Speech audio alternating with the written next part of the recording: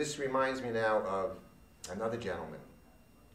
His name was Mr. Khan. I got a phone call. And so this son of Mr. Khan calls me up. He says, my father is very, very bad. Could you come to my home, because I don't really see any way that I could get him to your office. And I was on 98th Street and West End Avenue, and the Khan family lived in a basement because it was a super of a building, lived in a basement with about 10 other family members on about 122nd Street. And so I walked my way up through Riverside Park, and I arrived in the Khan home, and they had a hospital cot that was in the living room of this basement apartment. And there was lying Mr. Khan, who was about 60 years old, and apparently what had occurred is that he had come to visit from Pakistan, and of course, being in America, they said, gee, what we would love to do is to take you for a checkup with our medical doctors. So they took him to get a checkup, and the doctor said, oh my God, you need bypass surgery. And they scheduled him instantaneously for bypass surgery, did a triple bypass surgery on him. He had an emboli, but that lodged in his femoral artery, and for anyone who doesn't know what that means he wasn't getting any blood flow into his legs. He tried to tell people that he couldn't feel his legs, but because he was from Pakistan and didn't speak a word of English, the nurses didn't understand what he was saying, so they, of course, had no idea what was going on, and it completely destroyed not only the blood flow, but the nerve supply to his legs, and his legs became completely paralyzed from the waist down. He was in no control of his bowels or his bladder whatsoever. And they said, can you help him? And I said, if God's willing, and I deliver chiropractic adjustments to him, he may be able to heal himself. There's only one way to find out. Let's get started. And I said, but I'm going to have to adjust him every single day, twice a day. And they said, how much is that going to cost us? And I said, well, normally at that time, I don't know, my visit was like $20 a visit. This is like 20 years ago.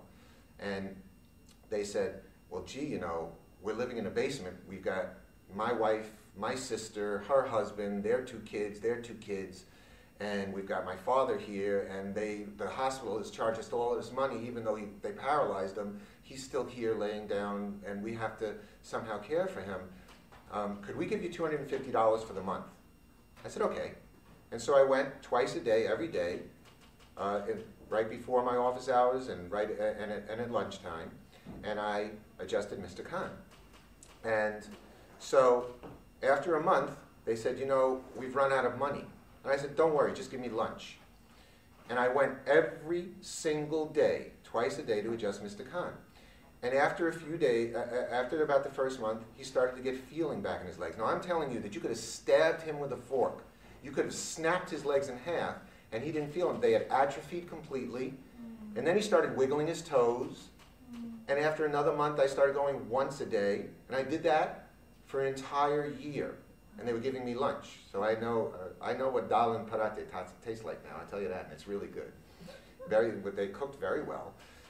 And after a year, Mr. Khan actually began to walk with a cane.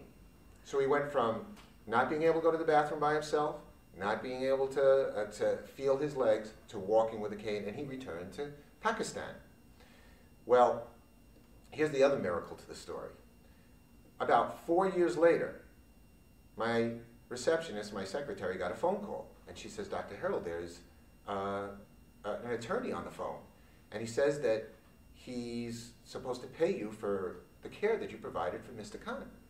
And I said, okay, well, ask him what is he going to give us, and she said, he wants to know how much should it be a visit.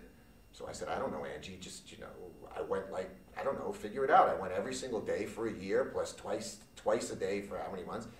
Anyway, I never ever expected anything but dal and parathe, and I ended up receiving a check for $22,000 for the care that I had given out of my own just desire to help them. By the way, I didn't just adjust Mr. Khan, I ended up adjusting the entire family. All of the kids and everybody, because that's, you know, that was just the right thing to do. I also was a volunteer at a place called Hale House in Harlem. And Mother Hale was sort of like a Mother Teresa in Harlem, New York. And I would go every single week and take care of children who were born addicted to crack, or they were born addicted to cocaine, or they were just abandoned in the street and they had severe neurological problems.